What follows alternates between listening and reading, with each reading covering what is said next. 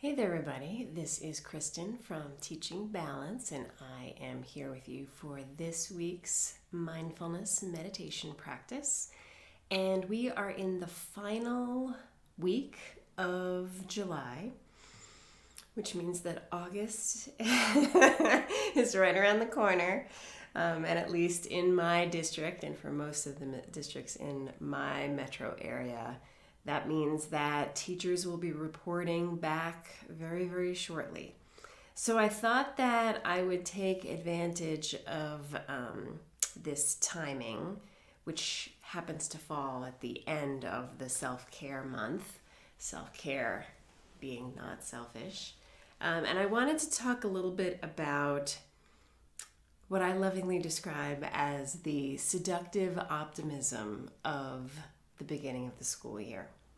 And what I mean by that is, as we all know, for those of us who go back year after year, unless you're going into your very first year of teaching, what happens is, we all make it through the end of a school year, and then we have the joyous glory that is summer, and then it's time to go back. And when we go back, there are some people who I know kind of go back kicking and screaming and they get sad when they start to see the back to school sale advertisements and that sort of thing.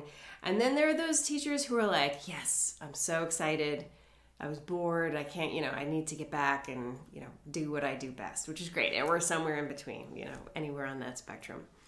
But wherever you find yourself on that spectrum in terms of your enthusiasm for going back to school, one of the things that's pretty commonplace, I think, is that there is this, as there should be, a real wonderful optimism. Like, okay, new school year, new kids, new who knows what, fill in the blanks, some new preps, whatever it might be.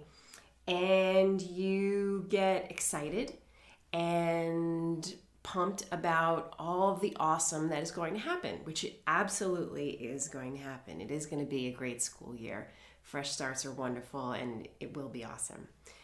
And the thing that I want to talk about when we talk about the seductive optimism of the beginning of the school year is because we're so excited and we're so pumped and have such enthusiasm and, more importantly, are so well rested and capable and ready to go, a lot of times what happens is people will sign up for things, duties, responsibilities, committees, fill in the blank, whatever it might be,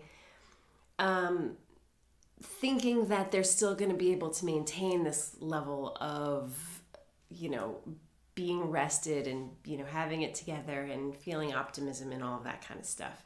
So here's my point, and I don't want to sound like this kind of negative person at all, but what I'm going to encourage you to do as you go into this final week of July, into the very first week of August, is when you find yourself back at school, whenever it might be, sooner or later, I want you to be very aware of opportunities to either pare down your responsibilities and to let go of things, as well as to not sign up for anything new.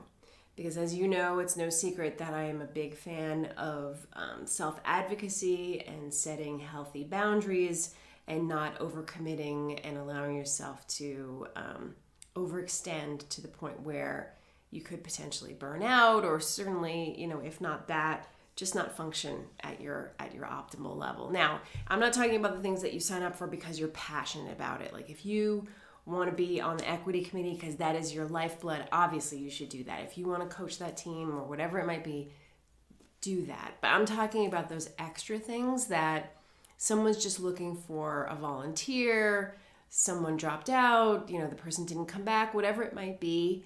Really be thoughtful about what you say yes to, because as you know, I'm a big fan of saying no to things that are truly not essential and don't align with what you're most passionate about. And I know that it's hard for people to say no, but this is the perfect time of year to do it. It's the perfect time of year to say, you know what? I have been sponsoring Club X for 10 years, 5 years, whatever. I'm ready to give this opportunity to somebody else and to pass the mantle and to give myself a little bit more of a break and some spaciousness to figure out what I want to do, or to not and just be more rested, or to just have a little more time to get your grading done, or whatever it might be.